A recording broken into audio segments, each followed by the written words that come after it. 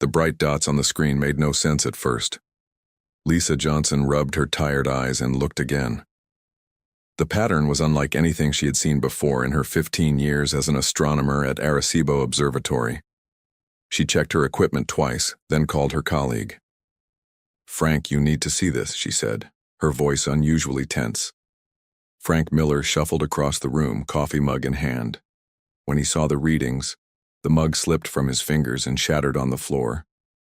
Neither of them noticed the spreading puddle of coffee. That can't be right," Frank whispered. "Those are not natural formations." Within 3 hours, observatories around the world confirmed what Lisa had discovered. 2,000 objects, massive in size, had appeared at the edge of our solar system. They were moving in perfect formation toward Earth. The news broke worldwide. By morning, people gathered in streets, in homes, in bars, anywhere with screens, watching as grainy images showed the approaching fleet. Some people panicked, rushing to stores for supplies. Others stood in quiet shock. Many turned to prayer. At the Pentagon, General Alan Crawford stared at the satellite feeds with a grim expression. The president had just declared a global state of emergency and called for an immediate meeting of all world leaders. "What are our options?" the president asked over the secure video link. "Sir, we're looking at approximately 2,000 vessels, each one larger than our biggest aircraft carriers," Crawford replied. "If their intentions are hostile, our conventional weapons may not be effective." The Chinese premier spoke next. "We have mobilized our armed forces, but we agree with the American assessment. We cannot fight this alone." For the first time in human history, nations that had been enemies for generations reached out to each other. Russia, America, China, Iran, Israel. Old hatreds were set aside in the face of a threat to all humanity. 6 days after Lisa's discovery, the alien fleet entered Earth orbit. Their massive ships blocked out the sun in some areas, casting long shadows across cities. Then, a message came through on all communication channels, in all languages, simultaneously. "People of Earth, we are the Vraxian Empire. Your planet is now under our control. Surrender your governments and resources and your deaths will be quick. Resist and we will make examples of your cities. You have 12 hours to comply." The message was simple and terrifying, but something strange happened in those 12 hours. Instead of collapsing in fear, humanity began to prepare. "They don't understand us," said Susan Adams, a high school teacher in Boston, as she helped load supplies into school buses. "They think we'll just give up." All across the world, people were evacuating cities, moving into subway tunnels, mountains, and rural areas. Governments shared military secrets and strategies. Scientists worked together, analyzing the little data they had on the alien ships. When the 12 hours ended, humanity's answer came not from world leaders, but from ordinary people. In New York, London, Beijing, Moscow, and 100 other cities, the aliens found not surrender, but empty streets. The populations had vanished. Commander Krull, leader of the Vraxian fleet, was confused by the reports from his landing parties. "What do you mean the cities are empty?" he demanded, his gray skin flushing purple with anger. "Supreme Commander, the humans have fled," his officer replied. "We find only a few remaining, mostly elderly or sick who could not travel." Krull slammed his 3-fingered hand on the control panel. "Find them. They cannot have gone far. Send search parties to the surrounding areas." The first Vraxian troops landed in Chicago. They moved through the empty streets in groups of 10, their armored bodies making metallic sounds as they walked. They carried weapons that could melt steel and wore helmets with glowing red eyes. What they didn't know was that they were being watched. In an apartment building overlooking Michigan Avenue, Sam Cooper adjusted his binoculars. The former Army Ranger had stayed behind with a small group of volunteers. They had one purpose: to learn about the enemy.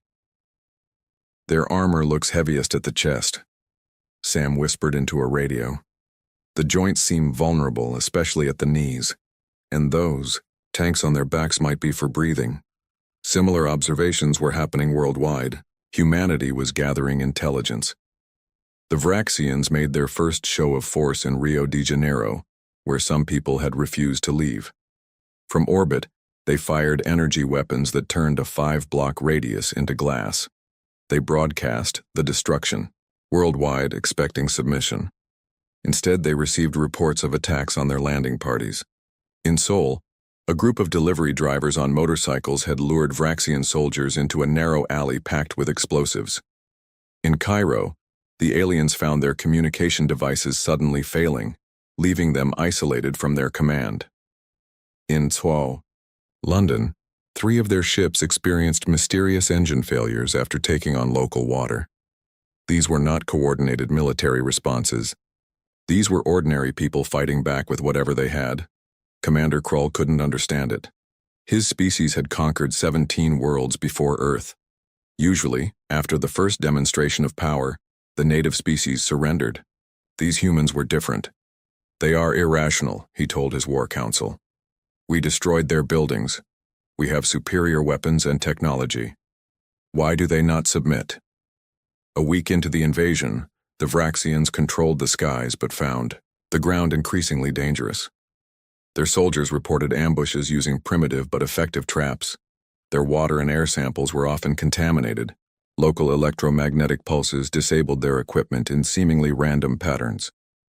In a secret underground facility beneath Denver, Dr. Karen White worked without sleep. Her team of biochemists had captured a Vraxian soldier and made a crucial discovery. Their breathing apparatus filters our air, she explained to the military officers present. Something in our atmosphere is toxic to them. If we can damage those filters, they'll be vulnerable. General Crawford nodded. How quickly can you develop something that will attack their filters? Give me 3 days, Karen replied. On the other side of the country, in a hidden hangar in rural Pennsylvania, a group of engineers led by Steve Miller examined a crashed Vraxian scout ship. Their technology isn't magic, Steve told his team as they carefully disassembled alien equipment. It follows rules, just different ones than we're used to. We can figure this out. As the first month of occupation came to an end, Commander Krull faced an uncomfortable truth. The easy conquest he had promised his emperor was turning into a costly struggle. Humanity wasn't fighting with a single army or strategy. They were fighting with a million small resistances, learning and adapting with each encounter. We may need to reconsider our approach, Krull's second-in-command suggested carefully. Krull hissed in anger. No, we will not be defeated by primitives. Prepare the fleet for orbital bombardment. If they will not surrender their cities, they shall have no planet at all. What Krull didn't realize was that his private communication had been intercepted. Humanity now knew what was coming next, and they were already planning their response. They think they know what we're capable of, General Crawford said to the Joint Chiefs of Staff. They have no idea what happens when humans fight for survival. Around the world, people prepared for the next phase of the war. They weren't just hiding anymore. They were getting ready to show the aliens exactly why the invasion of Earth would become a story that terrified the galaxy. Commander Krull stood before the large window of his command ship, watching Earth rotate slowly below. His mission was failing. After 6 weeks of occupation, his forces controlled less territory than when they first landed. This had never happened before in Vraxian history. Supreme Commander, we have lost contact with another 12 ground teams, reported Officer Zex. All in what the humans call Wyoming. Krull's breathing quickened in anger. That is a sparsely populated region. How are they defeating our soldiers there? Unknown, sir. The last transmission mentioned something about the locals using wildlife to track our movements. The Vraxians had expected an easy victory. They had studied Earth from afar and seen a divided planet with primitive weapons. What they hadn't understood was how quickly humans could adapt. In the mountains of Wyoming, Mary Collins crouched in the snow beside her hunting rifle. The former park ranger had spent her life tracking animals through these mountains. Now she tracked aliens. They always follow the same patrol routes, she whispered to the small group of hunters with her. And they haven't figured out how to move quietly in snow. Rick Barnes nodded, adjusting his scope. Their breathing tanks freeze up in our cold, makes them slow. Mary pointed to the ridge above them. Joe's team placed the jammers up there. Once these patrols lose contact with their ship, they'll follow standard procedure and return to their last clear communication point. Which is right, where we want them, Rick finished. The trap was simple but effective. When the Vraxian patrol reached the ambush point, shaped charges buried in the snow detonated beneath them. Their armor, designed to withstand energy weapons, provided little protection against the focused explosion from below. The few soldiers who survived were quickly dispatched by precise rifle fire aimed at the joints in their armor. Similar scenes played out across the planet. In the Amazon rainforest, indigenous guides led resistance fighters through paths the aliens couldn't detect. In Afghanistan, mountain fighters who had battled human armies for generations now used their knowledge of cave systems to strike and disappear. In Finland, winter warfare experts taught others how to use the harsh environment against the invaders. Dr. Karen White's discovery about the Vraxian breathing system had spread worldwide. Her formula, which created a fine mist that corroded their air filters, was being produced in hidden labs from Mexico City to Manila. Delivery methods varied. Sometimes it was released through air conditioning systems, other times sprayed by brave individuals who often sacrificed themselves to take down a Vraxian squad. In Detroit, Steve Miller and his team of engineers had made significant progress understanding alien technology. They worked in the basement of an abandoned auto factory, surrounded by dismantled Vraxian equipment. Their power systems use some kind of crystal we've never seen before, Steve explained to a group of former auto workers. But the distribution network follows principles similar to our electrical grids. We can disrupt it. One worker held up what looked like a modified car battery. We've replicated the frequency their systems use. This pulse generator will overload their local networks. Range is still limited, Steve cautioned. You'll need to get within 50 feet of their equipment. We'll get close enough, promised Paula Martinez, who had once built engines on the factory floor and now led a resistance cell. Commander Krull finally ordered the orbital bombardment he had threatened. Vraxian ships positioned themselves above major population centers and fired energy weapons that could level entire city blocks. But the devastation was less effective than Krull had hoped. Most cities were already evacuated, and the attacks only hardened human resolve. After the bombardment of Paris, French resistance fighters managed to capture a Vraxian landing craft. Within days, human pilots were learning to fly it. The first successful human-piloted alien craft targeted a Vraxian command post in North Africa, destroying it completely before the aliens realized what had happened. In his orbiting flagship, Krull received increasingly desperate reports. His ground forces were being systematically eliminated. His supply lines were constantly disrupted. Even his secure communications had been compromised. Humans had somehow broken Vraxian encryption and were feeding false information to his troops. This is unacceptable, Krull raged at his officers. They are primitives. How are they doing this? His science officer spoke carefully. Sir, we may have underestimated them. They learn extremely quickly. Each defeat makes them more dangerous, not less. Bring me a human prisoner, Krull demanded. I want to understand how they think. In a hidden facility beneath the Rocky Mountains, the human counterattack was taking shape. General Crawford stood before a map showing Vraxian positions worldwide. Next to him stood Doug Peterson, a Navy captain who now led Earth's growing fleet of captured alien vessels. We have 14 ships operational, Doug reported. Crews are trained on basic functions. We can't match their technology yet, but we can create confusion. Olivia Martinez, a former cybersecurity expert, looked up from her computer. My team has infiltrated their battle net. We can send false orders for about 6 hours before they detect the intrusion. That's our window then, Crawford said. Captain, Peterson's ships will launch with false Vraxian identification codes. Olivia's team will send orders for the real Vraxian ships to investigate multiple false threats. When they're scattered, our ground forces hit their landing zones. The plan was bold, perhaps desperate, but it was humanity's best chance to push back the invasion. The counterattack began at dawn.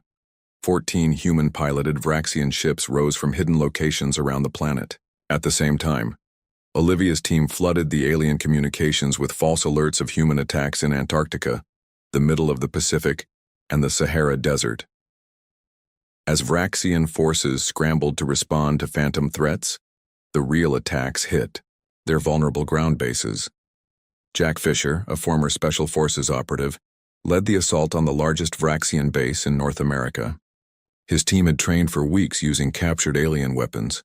"Remember, aim for the joints and breathing apparatus," Jack told his fighters before they moved in. "And stay in teams of 3. No heroes today." The battle was fierce, but one-sided.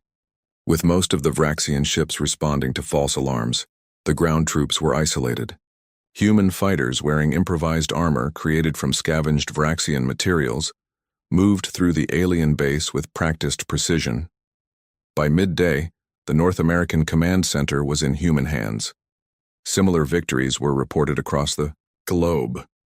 For the first time since the invasion began, the aliens were in retreat. In his flagship, Commander Krull received the news with disbelief. How could this happen? They were nothing. Primitive beings barely out of their Stone Age. His second-in-command spoke the truth they had all begun to realize. "Sir, they are not like the others we have conquered. When threatened, they do not break. They transform."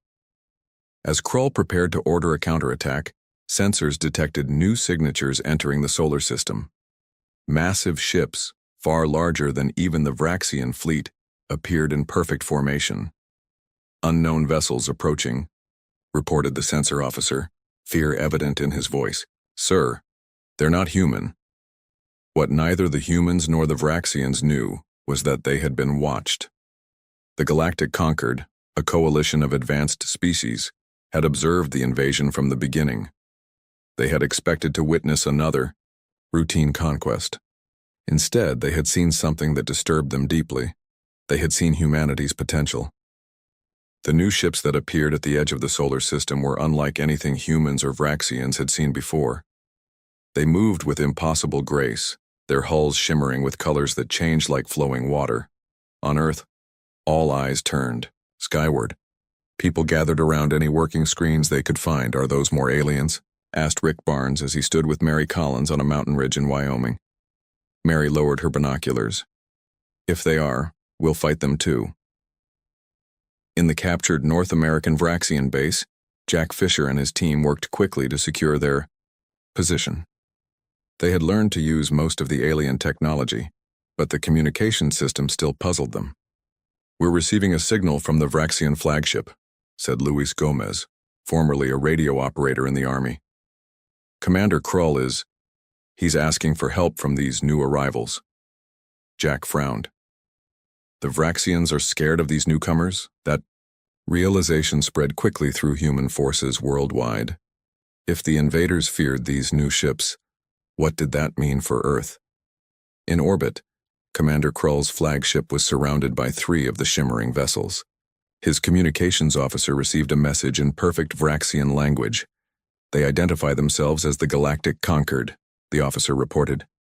They are ordering us to stand down and prepare for boarding." Krull's skin paled. "The Concord is a myth, a story to frighten children."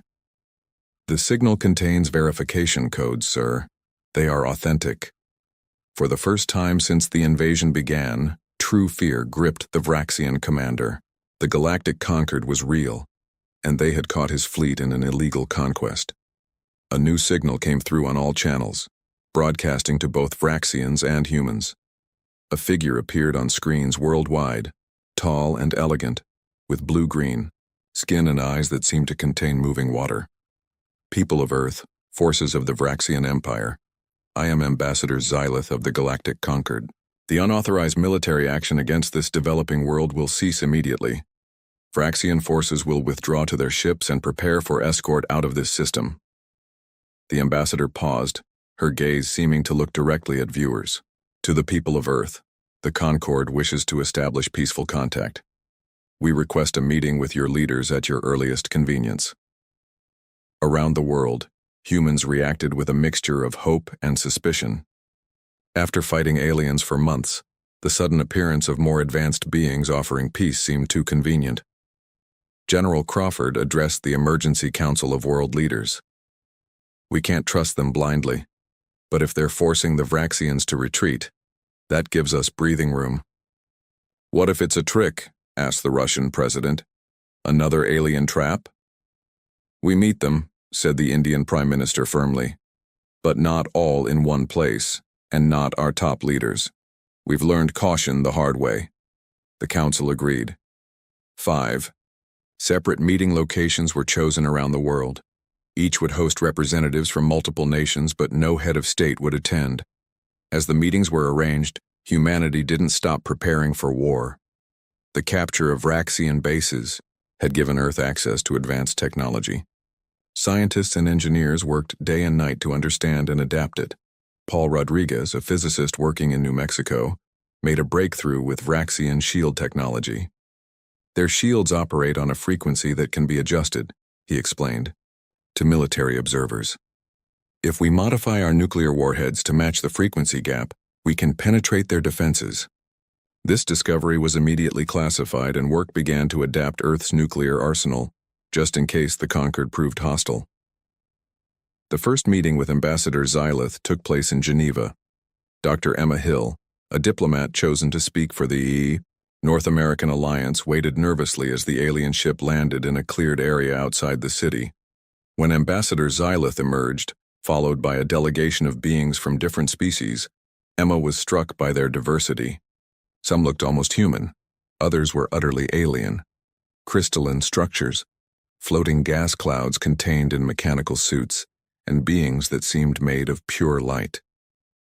Thank you for agreeing to meet with us, Xylith said, her voice melodic. The Conquered has been observing your world since the Vraxian invasion began. You watched us suffer for months without helping? Emma asked sharply. Xylith's expression showed what might have been regret. The Conquered has strict non-interference protocols for developing worlds. We monitor but do not intervene except in extreme cases. I'd say invasion by 2,000 warships counts as extreme, Emma replied. You misunderstand, Dr. Hill. We did not intervene because of the invasion. We intervened because of your response to it. Emma felt a chill despite the warm day. What does that mean? Ambassador Xylith gestured and a hologram appeared between them. It showed scenes from around the world. Humans fighting, adapting, capturing alien technology, and using it against the invaders. In our history of monitoring developing worlds, we have never seen anything like this, Xylith explained. Most species, when faced with such technological disparity, either surrender or are quickly defeated. You not only survived, you began to turn the tide. The other 4 meetings around the world received similar messages. The Conquered hadn't come to save humanity. They had come because humanity had frightened them. In the Rocky Mountain facility, General Crawford received reports from all 5 meetings. So they're not here to help us, he said grimly. They're here to contain us. Not exactly, sir, replied his aide. According to Ambassador Xylith, they're offering us membership in their Conquered. But the terms are unusual. The terms became clear in the following days. The Galactic Concord would share knowledge and technology with Earth, but humans would be restricted from developing certain weapons and from expanding beyond their solar system without approval. They want to keep us in a box, Jack Fisher said, during a strategy meeting. They're scared of what we might become. He wasn't wrong. The Conquered representatives had been shaken by what they'd observed. Humans didn't just fight. They evolved through conflict at a pace that defied understanding. In 6 months, they had begun to master technology that should have taken decades to comprehend. While world leaders debated the Conquered's offer, Ambassador Xylith met privately with Dr. Karen White, whose formula had helped defeat the Vraxian breathing systems. You developed this countermeasure in less than a week, Xylith said, examining Karen's notes. How? Karen shrugged. We had no choice. It was adapt or die. That is what concerns us, Xylith admitted. Most species have natural limits to their adaptation. Yours seems to accelerate under pressure. The truth was that the Galactic Concord had been monitoring Earth for centuries. They had watched humans advance from horse-drawn carriages to spaceflight in a mere 100 years. But the response to the Vraxian invasion had shown them something new, humanity's true potential when facing extinction.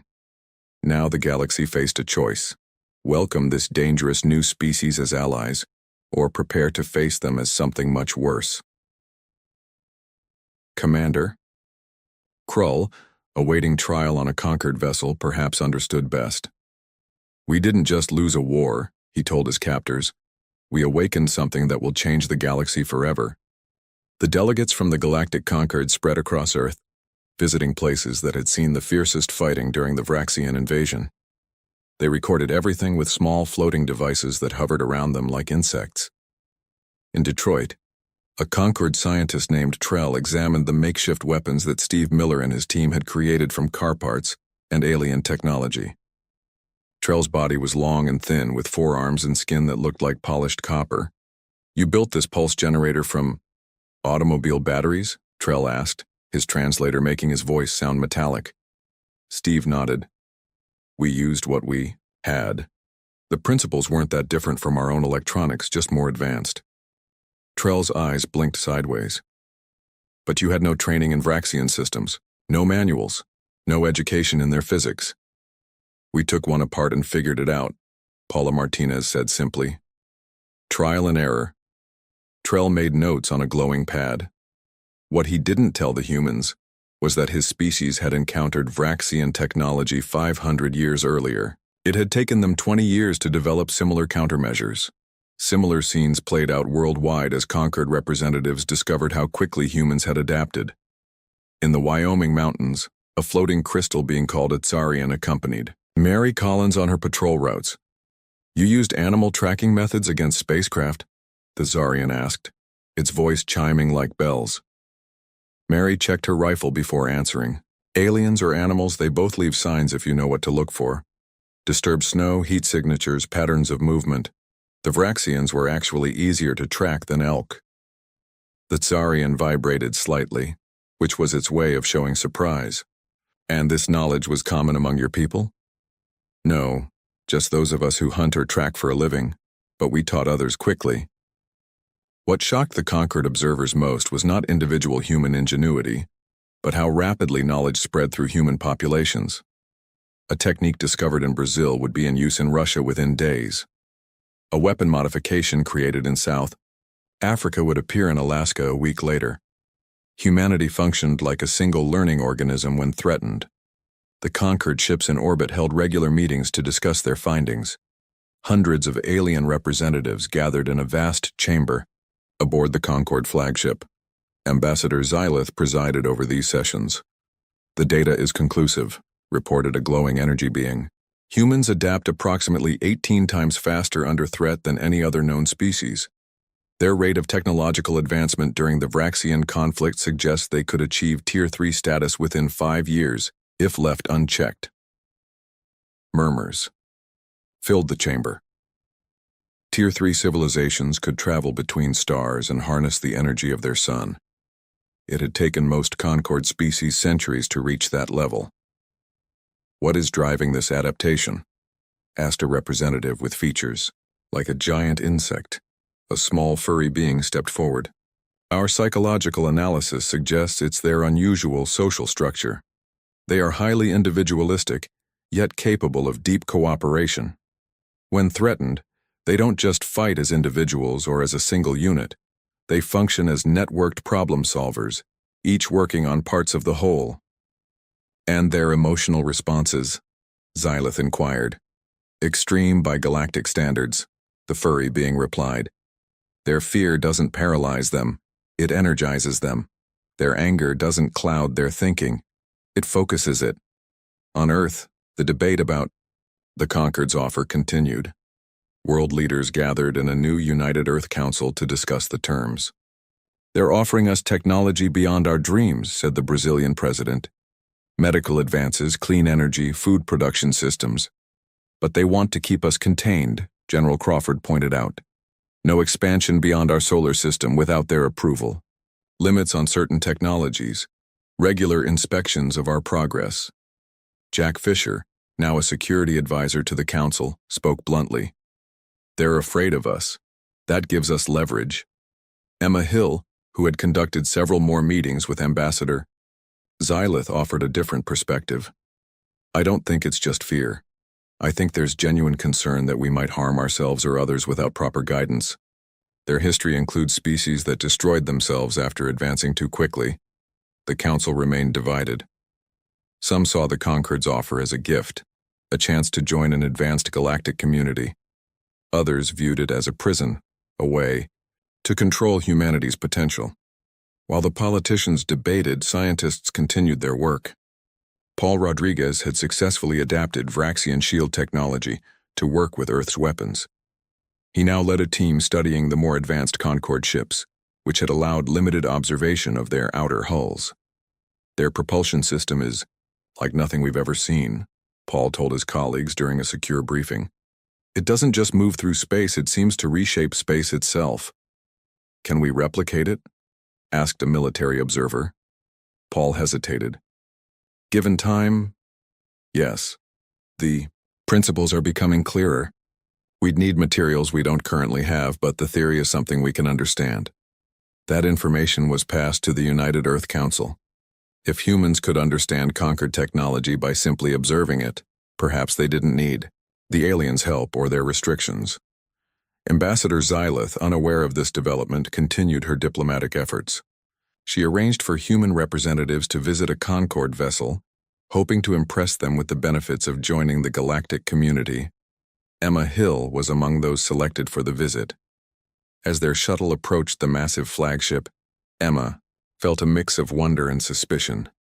The ship was beautiful, shaped like a giant leaf with buildings rising from its surface like crystal formations. Inside, Emma and the other humans were shown technologies that seemed like magic.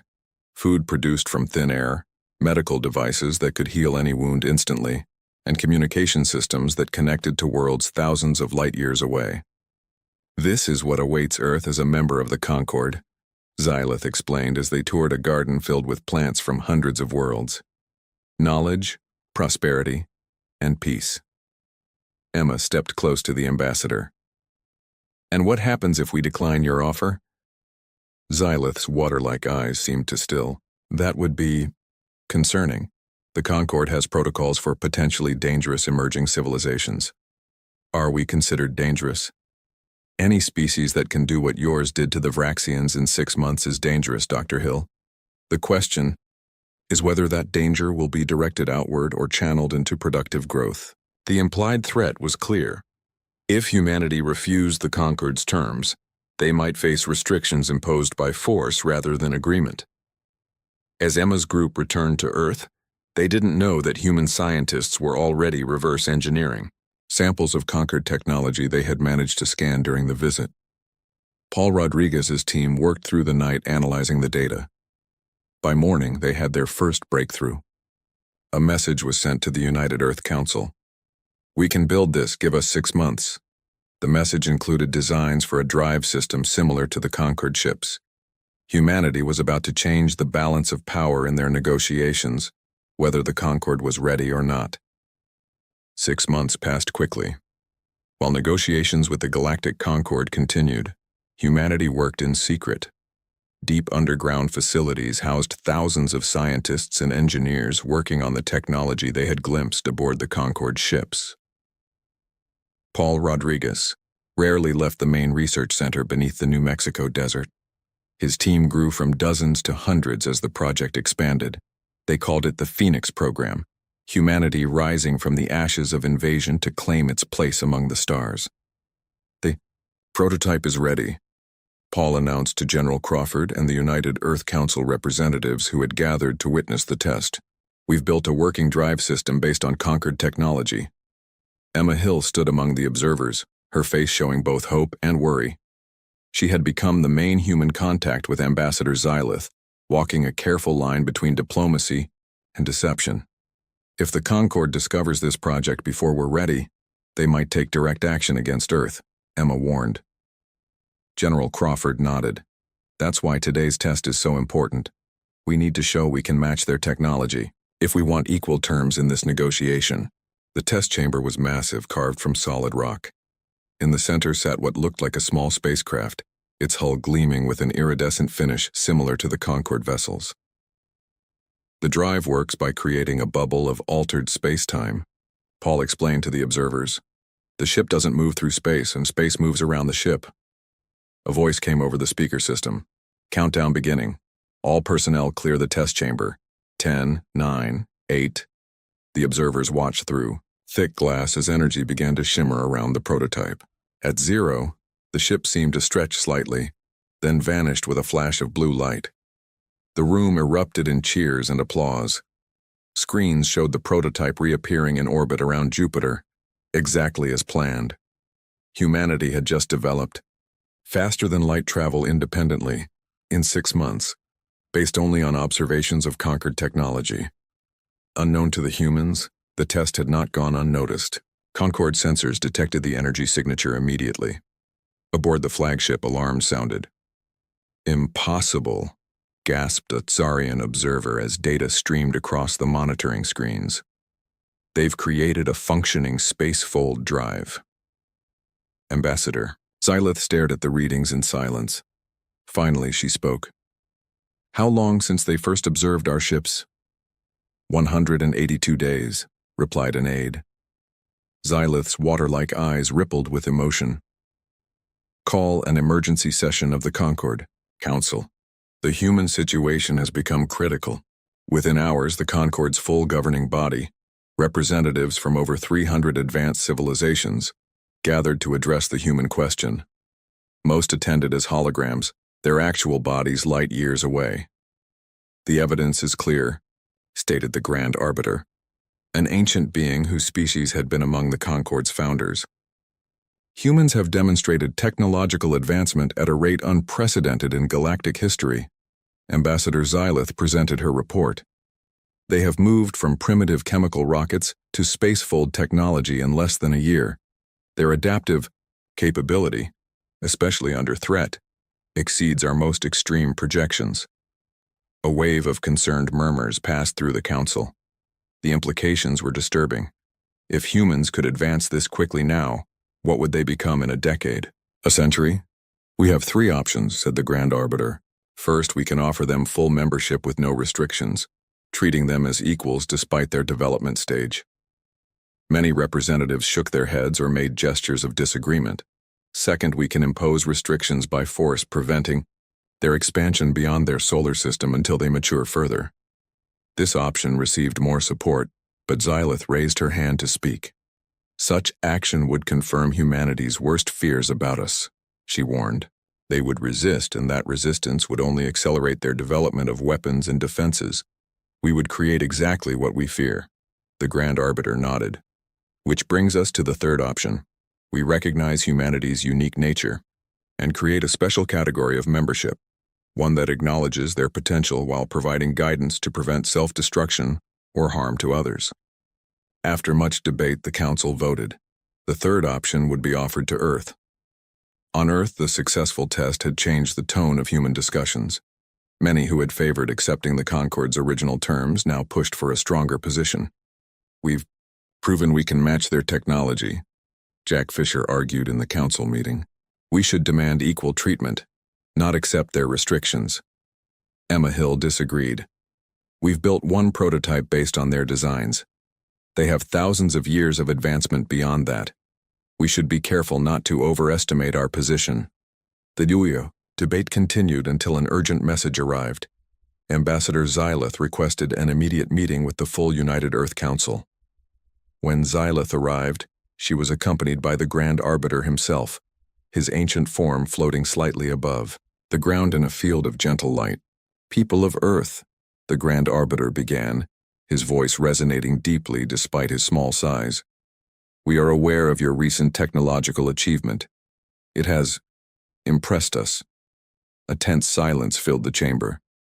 No one had expected the Concord to know about the test already. The Concord Council has reconsidered its original offer. Xylith continued. We propose a new arrangement, one that recognizes humanity's unique nature. The new term surprised everyone. Humanity would be granted full access to Concord technology and knowledge. The restrictions on expansion beyond the solar system would be lifted. In exchange, humans would accept Concord advisors for their most advanced projects and agree to certain ethical guidelines in their development. This is not containment, the Grand Arbiter explained, sensing the Council's suspicion. It is partnership. Your species has demonstrated qualities the galaxy needs: adaptability, creativity, resilience. But these same qualities, unchecked, could lead to chaos. General Crawford leaned forward. Why the change of heart? Why offer us better terms now? The Grand Arbiter's light pulsed gently. Because you have shown us something important. Attempting to restrict you would only ensure conflict, and conflict for your species leads to rapid evolution. We would create the very threat we feared. After the conquered representatives left, the United Earth Council voted unanimously to accept the new terms. It was a victory for humanity, recognition of their potential and a path to the stars. As Emma Hill left the council chamber, she found Ambassador Xylith waiting in the corridor. There's something you didn't tell the council, Emma said quietly. What really changed your minds? Xylith's eyes shimmered. In our history, we've encountered species who fought fiercely, species who adapted quickly, and species who learned rapidly. Humans are the first to do all three at once. The galaxy has never seen anything like you. She paused, then added, Every species in the Concord evolved through competition, but eventually reached balance. You push hardest when closest to defeat. That terrifies many in the galaxy, but it also fascinates us. As news of the agreement spread across Earth, humanity began to look beyond the trauma of invasion toward a future among the stars. The Vraxians had attacked expecting an easy conquest. Instead, they had awakened a sleeping giant whose rise would forever change the galactic order. Bill Henderson, a history teacher who had led one of the most successful resistance cells during the invasion, summed it up best as he watched the first official conquered human joint spacecraft launch from Kennedy Space Center. They came to conquer us, he said to his former students gathered around him. Instead, they made us stronger. That's the thing about humans, we don't just survive threats, we transform because of them. Across the stars, civilizations watched, with a mixture of fear and wonder as humanity took its first steps into the wider galaxy. Not as conquerors, not as the conquered, but as something entirely new, a species forged in fire, whose response to an alien invasion had terrified the galaxy.